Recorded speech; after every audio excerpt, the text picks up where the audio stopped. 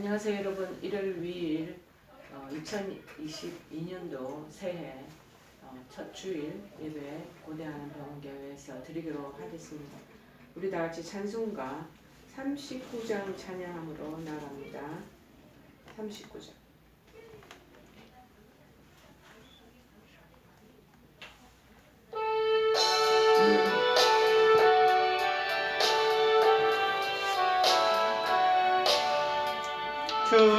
은혜를 받으려 모인 성도들, 주 크신 뜻 깨닫게 하옵소서.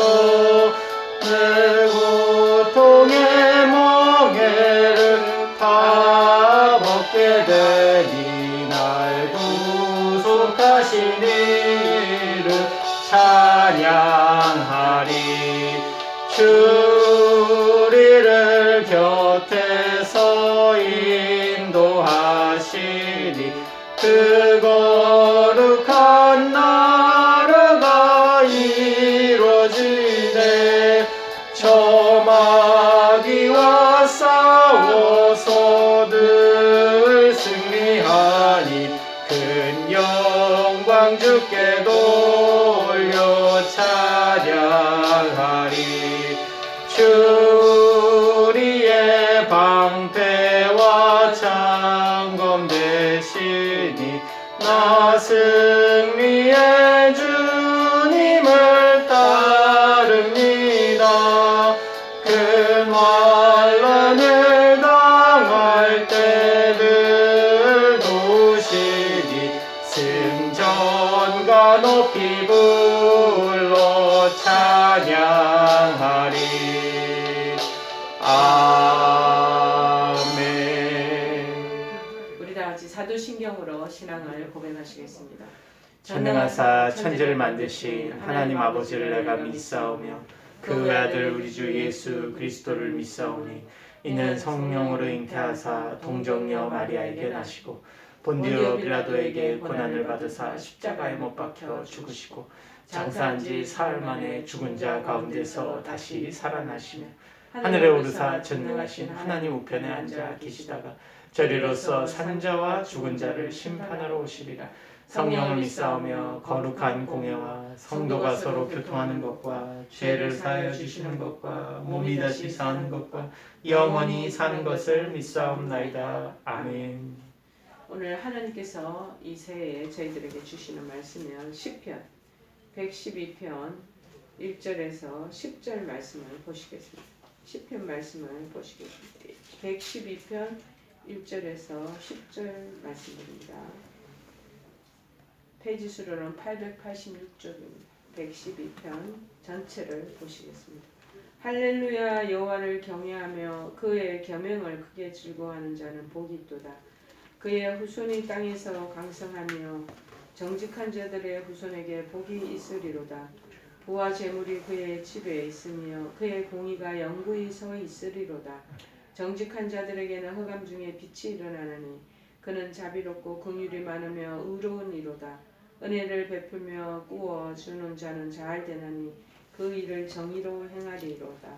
그는 영원히 흔들리지 아니하며 의인은 영원히 기억되리로다. 그는 흉한 소문을 두려워하지 아니하며 여호와를 의뢰하고 그의 마음을 굳게 정하였도다. 그의 마음이 견고하여 두려워하지 아니할 것이라. 그의 대적들이 받는 보응을 마침내 보리로다. 그가 재물을 흩어 빈궁한 자들에게 주었으니 그의 의가 영구히 있고 그의 뿔이 영광 중에 들리리로다. 악인은 이를 보고 한탄하여 이를 갈면서 소멸되리니 악인들의 욕망은 사라지리로다. 아멘. 오늘 새해 2022년도 새해를 맞이하면서 들려주시는 말씀의 제목은 여호와를 경외하는 자는 복이 있도다 라는 말씀입니다. 여호와를 경외하는 자에게 주시는 복, 여호와를 경외하는 자에게 주시는 복라고 말씀을 기억하시면 좋겠습니다. 미국의 잔스 홉킨스 대학이라는 유명한 의대가 있고 또 알려진 대학이 있습니다. 이 대학은 미국 볼티모어라는 워싱턴 DC 위에 있는 그 대학인데 그 속에 계시는 어느 켈리 박사님이라는 분은 크리스찬 교수님이셨습니다. 인격이 신앙이 아주 돈독했고 인격이 아주 많은 사람들에게 훌륭하다고 평판을 받는 분이셨는데 이분은 매일 아침 저녁으로 성경을 읽는 것인지 그 성경을 읽으면서 마음의 때를 잘 씻어내고 그렇게 하루하루를 그렇게 살아나가시는 분이라고 합니다. 그래서 외부 이제 교내 캠퍼스를 걸을 때나 외부 출입할 때는 늘 옷깃에 장미꽃을 꽂고 다니셨다는 거예요. 그런데 많은 학생들이 그 켈리 박사가 그 하는 모습을 보고 학생들도 옷깃에 장미를 꽂고 다니는 것이 유행처럼 그렇게 이 잔스워키스 대학의 그 캠퍼스에서 일들이 있었다고 그러는데 이상하게 그렇게 꽃을 다는 것이 유행은 됐는데 학생들의 꽃이 단 것은 이제 하루도 못 가서 생화는 금방 시들어 버리잖아요. 그런데 켈리 박사님의 이 장미는 일주일이 지나도 시들지를 않는 게 학생들이 이상하게 여긴 거예요. 그래서 켈리 박사님한테 물어보죠. 어떻게 저희들은 하루에 꽂으면 금방 시들어지는데 박사님 거는 그렇게 늘 꽂혀 있는 것이 생생합니까? 그렇게 이제 물은 거죠. 켈리 박사님이 웃으시면서 학생들에게 자기 옷깃을 뒤집어 보여주는 거예요. 그 켈리 박사님의 그 옷깃을 보니까 조그만 물병이 그 안에 달려있더라는 거예요. 그래서 한 송이의 장미꽃도 뿌리를 어디 두고 있느냐에 따라서 그렇게 달라지는 것처럼 우리도 뿌리를 어디에 내리고 있느냐에 따라서 우리의 인생의 운명도 달라진다는 것이죠. 사람들은 두 가지 큰 부류로 나누어집니다. 세상에 뿌리를 내리는 사람이 있고 그렇지 않으면 하나님께 뿌리를 내리는 사람, 즉 이렇게 두 부류로 나누어지겠죠. 그러나 우리 영혼을 윤택하게 하는 것, 늘 시들지 않게 하는 일은 하나님께 뿌리를 내리는 것입니다. 자, 삶을 윤택하게 하는 지혜가 하나님을 경외하는 삶에 다 달려있다는 것을 우리에게 알려주는 것이죠. 2022년도 또 새해를 맞이하면서 우리의 모든 인생의 뿌리가 마찬가지 삶을 윤택하는 그 원초가 하나님께 있다는 걸 알고 하나님을 경외하는 우리가 되기를 바랍니다. 그래서 선택한 오늘 본문 말씀에 1절에 여호와를 경외하며 그 계명을 크게 즐거워하는 자, 말씀을 좋아하고 즐거워하는 자는 복이 있도다. 아예 명명을 해놓고 있지 않겠습니까? 이 말씀은 시편 1편의 말씀하고 거의 동일합니다. 시편 1편에서도 복 있는 사람은 오직 여호와의 율법을 즐거워하며 그 율법을 주야로 묵상하는 자로다라고 이렇게 아주 명령하고 있지 않겠습니까? 이 경외라는 말은 두려워하고 또 존중하는 이 자세 이거를 묶어서 경외한다 그렇게 얘기해요. 그냥 무서워하는 게 아니라 큰 보은으로 모시려는 마음에서 저절로 우러나와서 그 받드는 것 그것을 뜻하는 것입니다. 여호와 하나님의 이 교훈과 명령은 사람이 따지거나 선별할 대상이 아니죠. 도리어 순종하면서 그 만족을 찾아가야 할 절대적인 것을 우리에게 알려주는 거죠. 여호와를 경외하면 만사와 만유의 근본을 섭렵하는 지혜의 사람이 될 수 있다는 것을 말하고 있습니다. 무엇이나 그 근본을 우리가 잘 파악을 해보면요. 모든 해결이 그때부터 다 쉬워집니다. 근본, 뭐가 잘못됐냐 그 원초를 따져보면 어디서 일이 엉클어져 있고 어디서 뭔가가 관계가 뒤틀려 있나 요거를 찾아서 풀어보면 그냥 문제가 쉽게 해결되는죠. 여호와를 경외하는 하나님 중심의 믿음을 가지고 살아가노라면 세상살이가 원만해진다라는 것을 말하고 있습니다. 그래서 잠언 9장 10절에도 여호와를 경외하는 것이 지혜의 근본이요 거룩하신 자를 아는 것이 명철이니라. 여호와를 경외하는 자에게는 또 다른 잠언 14장 26절 27절에는 말합니다. 여호와를 경외하는 자는 견고한 의뢰가 있다. 의뢰가 있나니 그 자녀들에게는 피난처가 되리라. 여호와를 경외하는 것은 생명의 샘이니 사망의 그물에서 벗어나게 된다. 그렇게 말씀하고 있는 것입니다. 여러분 여호와 경외가 자녀들에게 피난처가 된다. 우리 백성의 믿음의 사람들에게. 그리고 생명 샘이 된다. 야, 이런 복된 소식이 어디 있겠습니까? 마음의 거룩한 안정감과 평안함이 늘 우리에게 주어진다는 것. 그래서 우리를 편히 쉬게 한다는 뜻이 아니겠습니까? 세상 사람들이 지금 늘 동요하고 불안과 두려움과 조급함에서 벗어나지 못하는 이유가 뭐겠습니까? 하나님 주시는 생명의 안정감과 생명샘으로 그 안에 거하지 못하고 주님이 우리의 피난처가 된다는 걸 확신하지 못했기 때문에 그래서 늘 갈피를 못 잡고 요동하게 되는 거죠. 자, 오늘 주시는 말씀에는 위로와 격려와 기쁨이 넘쳐서 우리 영혼의 근원적인 문제가 되는 그 갈증을 다 풀어주고 만족감을 더해주신다는 뜻으로 우리에게 말하고 있습니다. 저는 하나님을 만나기 전까지는 굉장히 불안했던 사람입니다. 굉장히 초조가 그리고 굉장히 스트레스가 많이 받는 그러한 장로님이었습니다. 자, 그런데 늘 평안이 없었던 거죠. 불안하고 미래가 불확실하고 두렵고 그리고 늘 조급한 마음이 많았습니다. 근데 하나님 주시는 큰 은총을 경험하고 하나님 만나고 난 뒤부터는 이런 모든 것이 안개와 같이 싹 벗겨지는 것을 체험했습니다. 그래서 어떤 상황이 와도 정말 주님이 나의 피난처가 되고 생명샘이 된다라는 것을 딱 믿고 의지하며 가니까 평온이 저절로 찾아오는 피스가 들어오는 거죠. 여호와 경외를 통해서 보장되는 피난처, 이것이야말로 이 세상에서 가장 안전한 곳입니다. 여러분, 여호와 경외가 누리게 되는 생명의 샘, 이 생명의 샘을 아무리 벌려도 여기서 늘 샘물이 솟아나는 것, 다함이 없는 영생하도록 솟아나는 생수가 된다라는 것입니다. 그래서 여호와를 경외하는 사람은 하나님의 계명, 즉 그의 법을 잘 따르는 사람들이라는 거예요. 그래서 그 계명, 즉 법을 크게 즐거워하는 사람들, 이 사람이 바로 복 있는 사람이다. 시편 1편하고 오늘 본문의 1절에서 111편 2편 1절에서 언급하고 있는 것이죠. 그러면 본문에서 계명을 크게 즐거워한다. 무슨 의미일까요? 즉 말씀대로 살아가는 삶을 즐거워한다는 것입니다.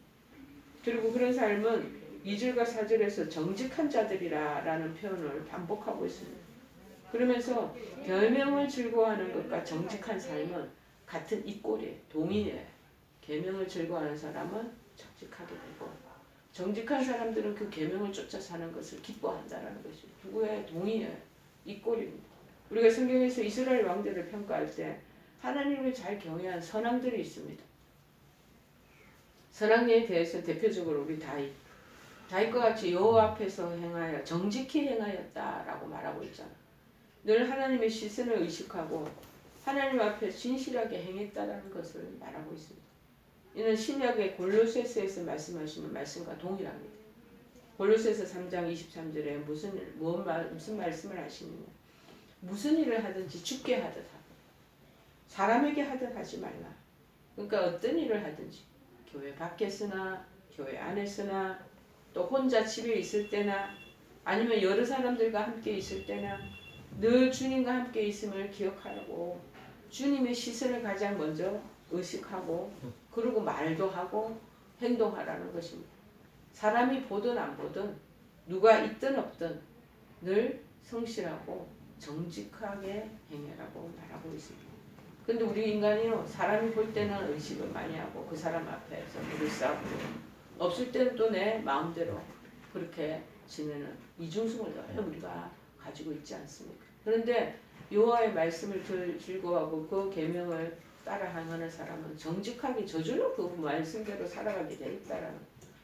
자, 세 번째는 뭐냐면 일어난 자들에게 2절에서 9절과 같은 복이 임한다고 말씀합니다. 첫째가 뭐냐? 여러분 우리 한국 사람들 좋아하는 그 후손이 강성해지는 복이 임한다. 자, 2절에 그 후손이 땅에서 강성하며 정직한 자들의 후손에게 복이 있으리로다. 즉 정직한 자들이 단순히 물질을 유산으로 넘겨 받은 것이 아니라 그 유산을 자손들에게 남기는 것이 아니라 하나님을 경외한 신앙을 물려줘야 됩니다. 그 신앙을 물려주었기에 그 후손들이 복을 받는다는 거죠. 자, 3절에는 더 분명하게 그 복에 대해서 구체적으로 설명합니다. 부와 재물이 그의 집에 있으며 그의 공의가 영구히 서 있으리로다. 자, 하나님을 올바로 경외하는 유산을 상속해주면 자녀들에게 넘겨주었기 때문에 부와 재물뿐만 아니라 공의가 영구히 서게 된다라고 말하고 있습니다. 다시 말하면 그 후손들도 의로운 백성, 정직한 백성이 된다라고 아주 여기에 데피니션을 정해놓고 있습니다. 또 4절을 보시면 이렇습니다. 정직한 자들에게는 흑암 중에 빛이 일어나나니 그는 자비롭고 긍휼이 많으며 의로우신 이시로다. 하나님을 참으로 경외하는 정직한 자들은 흑암 중에 빛을 발하. 어둠 속에서도 빛을 발하. 다시 말하면 어두운 세상에 공의와 정의를 행할 수 있는 그런 의로운 자로 살게 된다. 얼마나 멋있습니까? 세상은 온갖 거짓과 불의가 가득한 세상입니다. 우리가 진리를 조금만 지키고 진리를 따라 바르게 살면 바로 결과가 나타나게 아웃감이 나타나게 되어 있다는 것. 그리고 우리의 빛이 아무리 작은 빛이라도요 결코 어두움이 우리를 이길 수가 없다라는 것입니다. 하나님을 경외하는 자와 그 후손은 이런 빛된 삶을 살아가는 그러한 존재가 된다라는 것을 말합니다. 두 번째, 하나님을 경외하는 자는 어떤 복이 나느냐면 견고한 삶을 그래서 살아가는 복을 받게 된다는 것입니다. 즉 평안을 누리며 살아간다는 말이죠. 오늘 하나님 경외하는 사람은 혹시 우리 인생 가운데 고난이 있을 수도 있습니다. 그 고난이 닥쳐와도 흔들리지를 않습니다. 위기와 역경 속에서도 단단하고 당당하게 살아갈 수 있다라는 것. 왜냐하면 모래 위에 집을 지은 사람들은요, 그냥 믿음의 집을 지었다 치더라도 위기나 여러 가지 우리의 인생의 여정 속에서 시련이 닥치면 막 흔들려요. 무너져버려요, 쉽게. 그런데 반석 위에 집을 짓게 딱 되면 견고하게 서서 절대 흔들리지 않는다. 그래서 평안할 때는 그 사람의 모습이 완전히 50%밖에 안 보입니다. 그런데 위기와 어려움이 닥치면 그 사람의 민낯이 확 드러나요. 숨겨져 있던 50%가 또다시 드러나고 정체가 이 사람이 어떤 사람이라는 것을 보게 된다는 것입니다.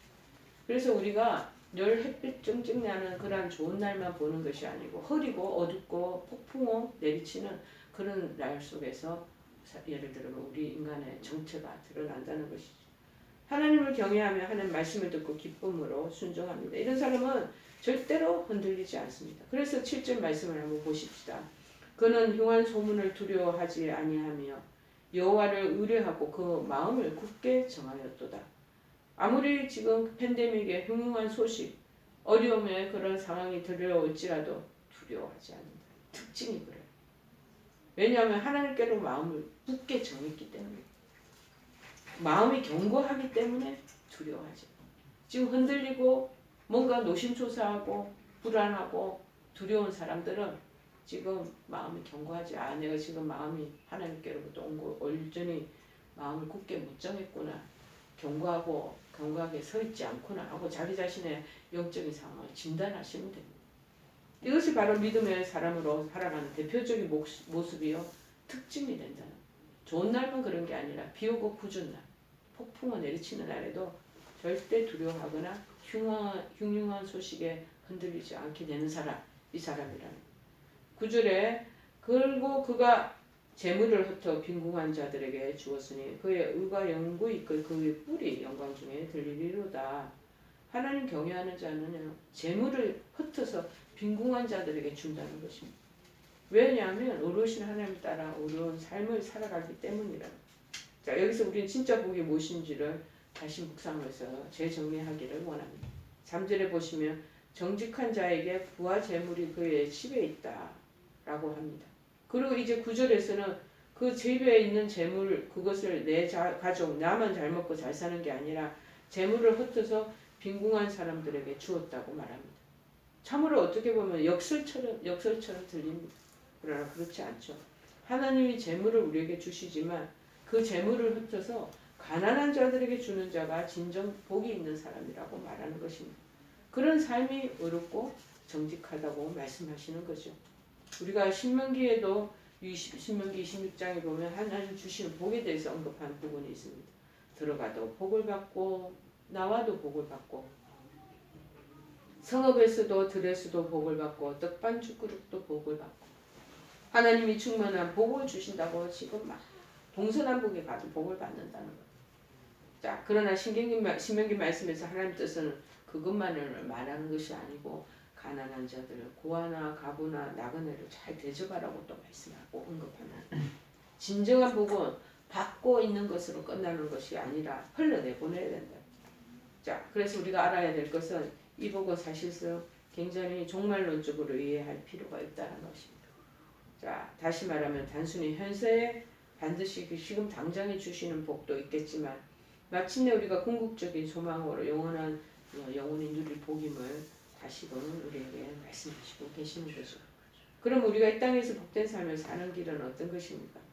우리가 많이 가졌건 많이 가지지 못했건 상관없이 나누고 베푸는 삶 속에 복이 깃들어져 있다는 것을 말하고 있는 것입니다. 이런 말씀을 또 들으면 우리 마음속에 또 어떤 반박이 일어나면 그래야지 하나님이 복을 주시는구나. 그래서 그냥 그 부분에 대한 포커스를 맞추고 그렇게만 생각하시면 아니죠. 다시 강조하게 말씀을 드리자면 나눔과 섬김의 삶을 살아가는 것이 복 있는 사람이다 라고 얘기를 하는 것입니다. 마태복음 5장 16절에도 언급하죠. 이같이 너희 빛을 사람 앞에 비치게 하여 저희로 너희 착한 행실을 보고 하늘에 계신 너희 아버지께 영광을 돌리게 하라. 그렇게 말씀하지 않습니까? 그 사람이 진정 하나님 은혜의 부유함을 알고 경험한 사람이고 하나님의 의로운 가운데 살아가는 사람이다라는 것을 얘기하는 것이죠. 그런데 10절에 보니까 이렇게 하나님을 경외하며 정직하게 또 어렵게 사는 사람들을 보고 악인들이 한탄한다고 세상 사람들도 또 한탄한대요. 이를 갈면서 소멸한다고 얘기합니다. 악인들 그들은요 시기와 질투에 사로잡혀서 자신의 삶을 스스로 망가뜨리고 많은 자들입니다. 어렵고 정직한 하나님의 백성들을 보고 정말 자기 자신들이 회개하고 돌이켜야 하는 그런 상황에 있음에도 불구하고 오히려 더 악한 길로 더 파멸의 길로 다다르게 된다는 것입니다. 왜냐? 악인들은 눈앞의 것들에 집착하기 때문입니다. 그러니 베풀거나 나누고는 수도 없고 남에게 피해를 주면서까지 이득을 보고자 하는 그래서 그들이 붙잡은 것은 복이 아닌 것이기 때문에 곧 사라질 것이 그것들로 채워져 있다. 복 아닌 것들만 계속 추구하고 눈앞에 있는 것들만 집착하며 급급해서 가는 사람들은 결국에 그것은 우리의 공기를 손에 쥐으면 손에 잡혀지니까 해변가에 모래알을 감아다 꽉 쥐어가지고 해보셨어. 손가락살이 다 빠져나갑니다. 자, 그래서 에레미야서 17장 5절은 이 악인에 대한 말씀을 이렇게 표현하고 있습니다. 나 여호와가 이같이 말하노라. 무릇 사람을 믿으며 혈육으로 그 권력을 삼고 마음이 여호와에게서 떠난 그 사람은 저주를 받을 것이라. 그는 사막의 떨기나무 같아서 좋은 일에 오는 것을 보지 못하고 광야 간조한 곳 근근한 땅 사람이 거하지 않는 땅에 거하리라. 즉 하나님을 경외하는 사람 하나님 앞에 정직하고 어렵게 행하는 사람은 복이 있다 하셨고 우리가 일반적으로 말하면 추구하는 재물의 부요함 강성함과 성공이 있기 때문이 아니고 하나님 경외하는 자가 복이 있는 것은 뭐냐 하나님의 그 의를 따라 살기 때문에 복이 있다라고 말합니다. 그리고 나머지 주시는 우리가 계산적이고 생리적인 세상의 것들도 하나님께서 덤으로 이렇게 채워주신다는 그 뜻이 아니겠습니까? 이런 사람은 주님 안에서 누릴 수 있는 평안, 만족 가운데 살아가게 된다는 것입니다. 그렇기 때문에 어떤 세상 인생을 살아가다가 안 좋은 일을 당하고 흉흉한 소식이 들려와도 지금 뭐 팬데믹으로 오미크론으로 막 하잖아 온 세계가. 그리와도 절대 흔들리지 않는다. 단단하고 당당하고 삶을 살아가게 된다라는 것을 말씀하고 있습니다. 자, 26절, 27절 그게도 말하면 여호와를 경외하는 자에게는 견고한 의뢰가 있나니 그 자녀들에게 피난처가 있으리라. 여호와를 경외하는 것은 생명의 셈이니 사망의 그물에서 벗어나게 하느니라. 여호와 경외가 우리들에게 피난처 되고 생명샘이 된다고 말씀드렸잖아요. 그런데 중요한 것은 이 경외하는 피난처가 세상에서 안전한 곳이기 때문에 이 하나님 주시는 우리에게 주시는 이 사망의 그물이 우리를 확 덮치더라도 그것에서 벗어날 수 있는 그러한 루트를 제공해 주신다고 말합니다. 오늘 종합적으로 말씀을 통합해 보기로 하겠습니다. 복 있는 사람은 어떤 사람을 말합니까? 하나님을 경외하며 하나님을 의지하는 사람입니다. 둘째는 하나님 말씀을 또 즐거워하는 사람입니다. 세 번째는 정직한 사람. 네 번째는 나누고 베푸는 삶을 사는 자이다 라는 것을 말씀합니다. 그래서 에레미야서 17장 7절 8절에는 에레미야서 17장 5절에는 악인에 대한 것을 얘기했지만 이 에레미야서 17장 7절 8절에는 복 있는 사람만 얘기하고 있습니다. 그러나 무릇 여호와를 의지하며 여호와를 의뢰하는 그 사람은 복을 받을 것이라. 하나님을 자꾸 의지하고 신뢰하고 따라가라면 복을 받을 것이라. 그는 물가에 심기운 나무가 그 뿌리를 강변에 뻗치고 더위가 올지라도 두려워 아니하며 그 잎이 청청하며 가무는 해도 걱정이 없고 결실이 그치지 아니함 같으리라.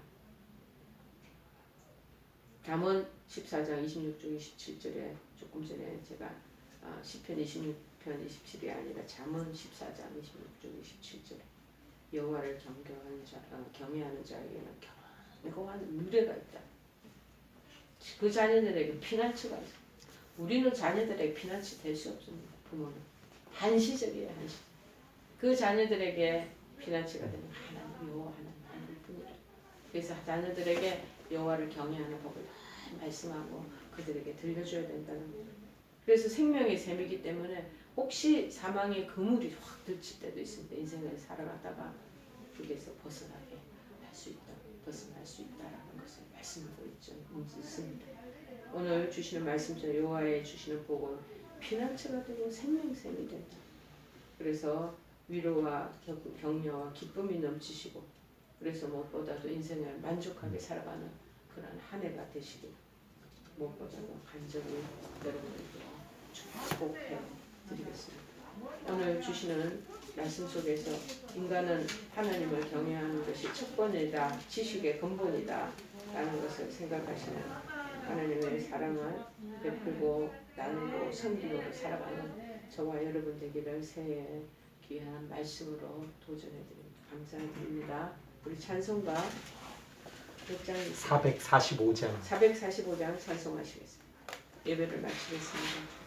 사랑의 하나님, 광야 속에서도 자녀를 구원하시는 여호와를 경외하는 믿음을 다하여 주셔서 그 계명을 즐거워하는 복된 저희들 될 수 있도록 도우시기를 원합니다. 복의 근원이신 하나님 앞에서 살아가는 지혜를 저희들에게 더하여 주시고 2022년도 새해를 맞이하며 하나님을 경외하는 그 근본을 지켜나갈 수 있는 그런 한우들과 우리 사랑하는 모든 권속들이 될 수 있도록 역사하여 주시옵소서. 지금은 우리 주 예수 그리스도의 크신 은혜와 하나님 아버지의 지극하신 사랑하심과 성령님의 교통역사 충만한 은총이 하나님을 경외하고 주의 계명을 즐거워하고 그 법대로 살아가기를 정말 1년 한 해 동안 다짐하고 결의하며 돌아가는 사랑하는 모든 우리 한우들과 그 가족들을 위해 그리고 이 영상을 바라보는 시청하는 모든 권속들 머리 위에와 그의 가정 위에 그 후손들 위에 지금부터 영원토록 함께 하옵시기만 간절히 축원하옵나이다. 아멘.